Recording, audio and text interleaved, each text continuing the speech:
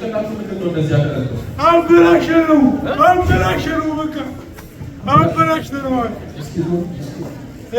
በቃ እስኪ አዞሮ በስላሴ ምንድን ያስደረገው እንደዚህ?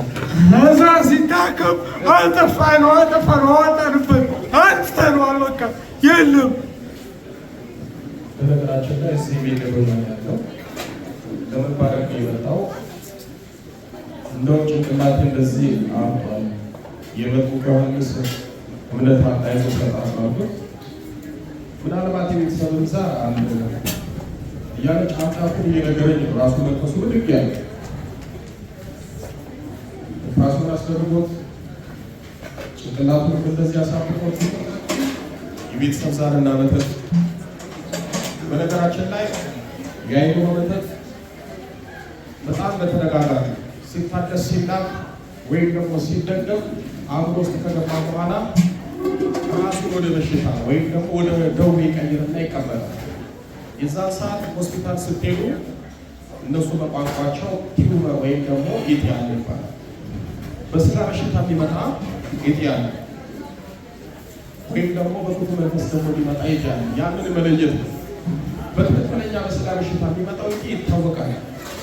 የመናፍስቱ ደግሞ ሲሆን መሳሪያ ላይ ያሳያል። ሲከፈት ደግሞ ምንም የለም ያስባል። ካስቀድ ደግሞ ብዙ ሰዎች የጭንቅላት ኢቲ ያለባችሁ ተብለው በሲቲ ስካን በኤምአርአይ ታይተው ከዛ ደንግጠው ይወሰናል። ኦፕራሲዮን ሲደረጉ ምንም ነገር የለም ተብሎ ደግሞ ተመልሶ ይሰጣል።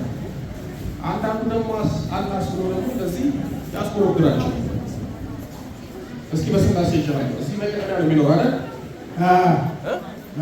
ምን አለ ተብለው እንደዚህ ያለው ምን ይድናል ነው። እሺ ነገርኛ አያደርጉ ያይሉ የቤተሰብ ዛሬ መተት በጭንቅላቱ እንደዚህ ያለው ሁለቱ አሁን ስንት ዓመት ነው እንዲያሰቃያችሁ? ኧረ ብዙ ነው። ስንት ዓመት? 2008 ነው እንደዚህ ሆነ።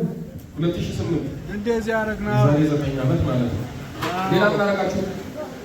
ሌላ በቃ ያወሩ ብለው ነበር እሱ ለቆይ እሺ ከየበቃ መተት እግሪቱ ሊታሰራረግ ምን ነበር የሚሰራው በፊት? የዩኒቨርሲቲ ተማሪ እያለሁ እንዲያደርጉ ዩኒቨርሲቲ ተማሪ? አዎ። የት ዩኒቨርሲቲ ነበር የሚባለው? ማርቆስ ዩኒቨርሲቲ። ምን ነበር የሚባለው? ኢኮኖሚክስ። ያኔ መተታችሁበት እንዲያደርጋችሁ በቃ በጣም ያሳዝናል።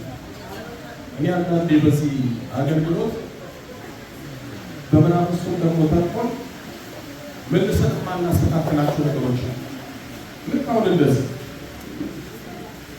በቃ ጥፋትና ጥፋት ከሰራ በኋላ ጉዳት ካደረሰ በኋላ እንደዚህ አድርጎ ቁጭ አለ።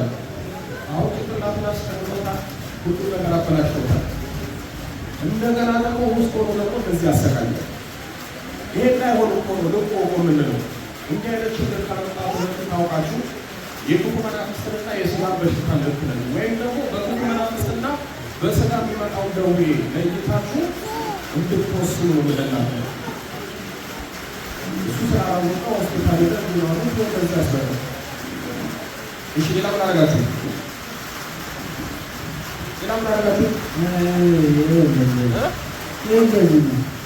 እኛ ሳሳችሁ ብቻ አደረጋችሁ።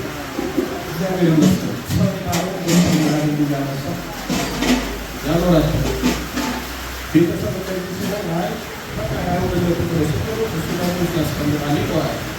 በቃ በስላሴ ስም በመድኃኒዓለም ስም በድንግል ማርያም ስም በዛሬው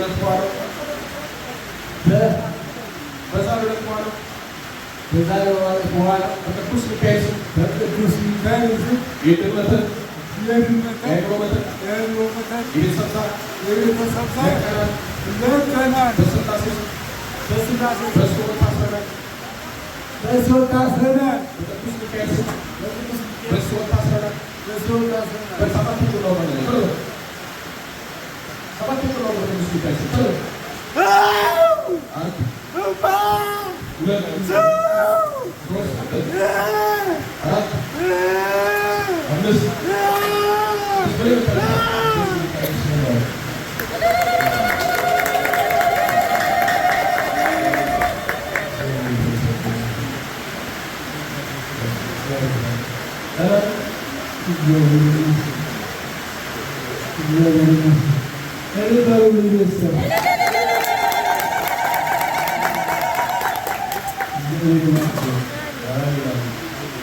እንደዚህ ያለ ነገር ቤተሰብ ላይ ወረደ